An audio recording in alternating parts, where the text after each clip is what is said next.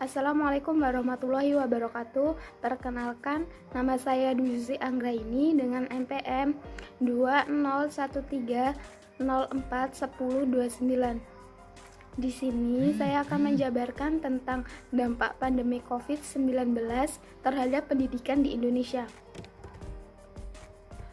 Coronavirus atau yang kita kenal dengan COVID-19 merupakan wabah yang menyerang sebagian besar negara di dunia. Virus corona ini sebenarnya telah muncul ada sejak lama. Dulunya virus ini hanya menyerang hewan. Namun mendekati akhir tahun 2019, virus corona ini mulai menyerang manusia melalui daging hewan yang telah terinfeksi virus corona yang kemudian dikonsumsi oleh manusia. Penyebaran virus corona termasuk sangat cepat, terbukti dengan selang beberapa bulan saja sudah mulai tersebar di berbagai negara. Penyebab penyebaran COVID-19 ini cepat karena penularan virus ini lewat kontak langsung dengan salah satu korban.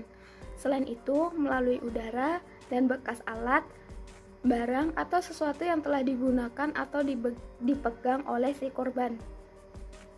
Selain itu, virus ini juga sulit dideteksi karena corona ini menyerang secara perlahan sehingga harus menunggu 14 hari untuk memastikannya.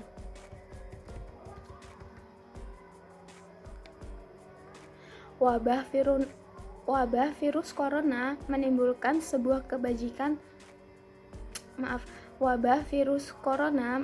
sebuah kebijakan untuk melakukan lockdown di berbagai negara agar dapat mengurangi penyebaran yang lebih banyak lagi.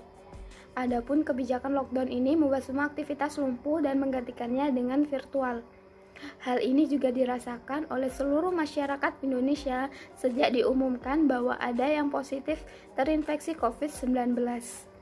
Sejak adanya COVID-19 di Indonesia, membuat pemerintah melakukan sebuah terobosan dengan melakukan segala sesuatu di rumah atau yang sering kita sebut dengan stay at home atau safe at home.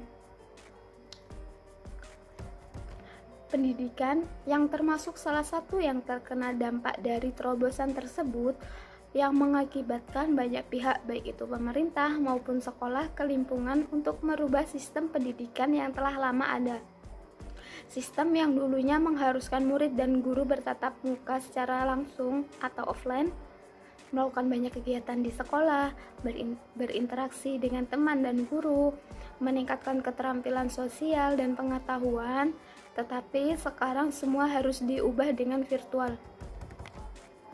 Dalam transisi sistem pembelajaran ini, terdapat banyak sekali kekacauan seperti ketidaksiapan sekolah, madrasah, ataupun universitas dalam melakukan pembelajaran daring.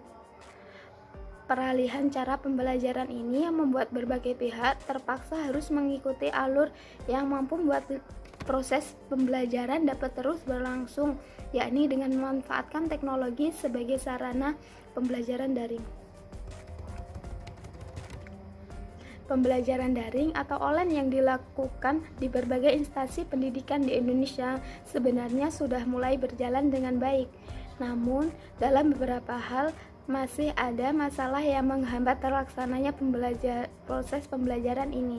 Di antaranya, 1.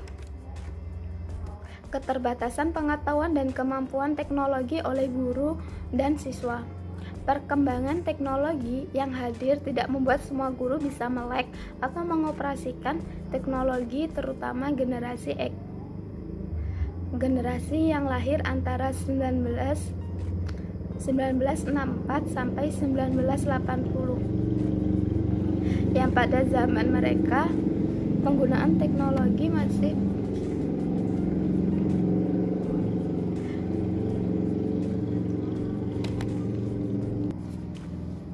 satu, yakni keterbatasan pengetahuan dan kemampuan teknologi oleh guru dan siswa. Perkembangan teknologi yang hadir tidak membuat semua guru bisa melek atau mengoperasikan teknologi, terutama generasi X, yakni generasi yang lahir antara 1964 sampai 1980, yang pada zaman mereka penggunaan teknologi belum begitu masif.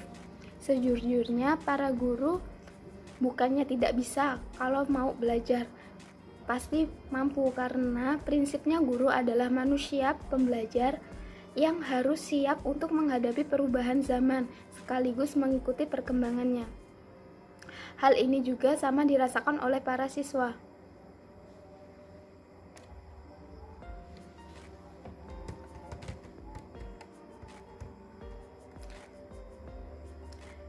Tidak semua hal ini juga dirasakan oleh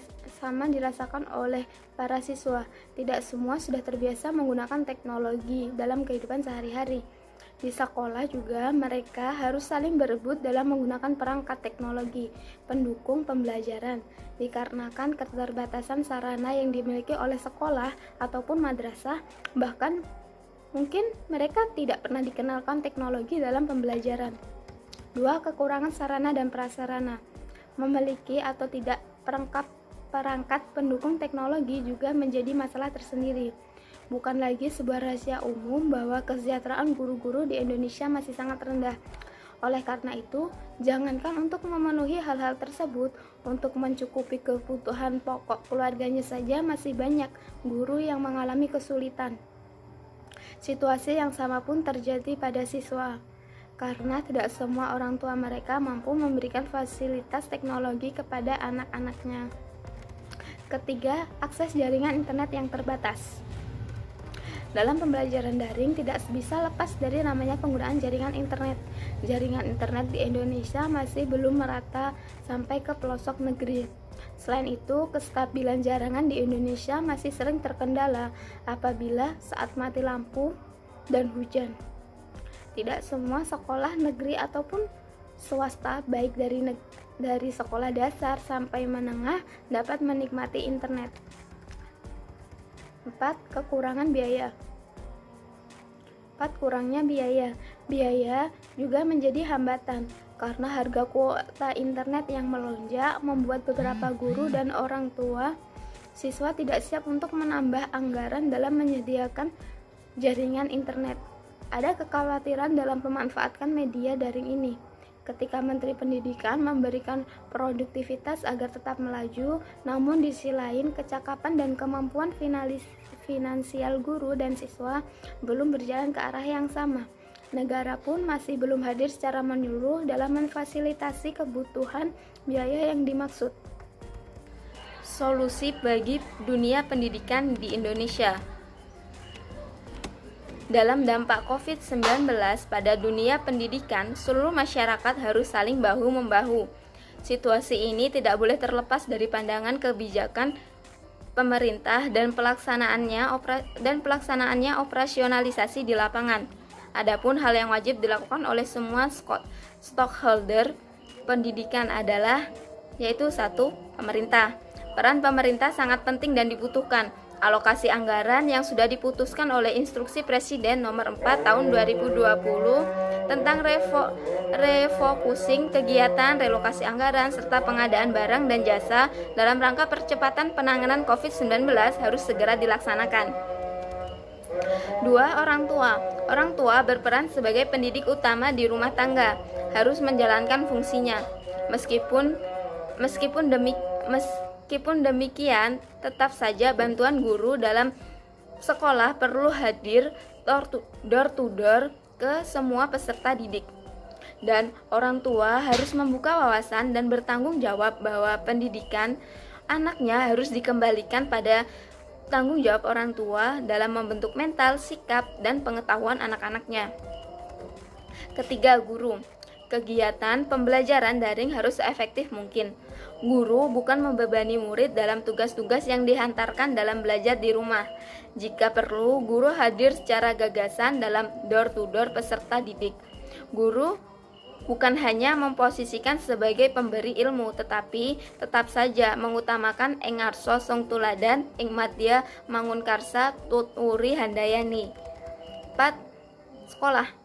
Sekolah merupakan lembaga penyelenggaraan pendidikan yang harus siap siaga memfasilitasi perubahan apapun yang menyangkut pendidikan siswanya.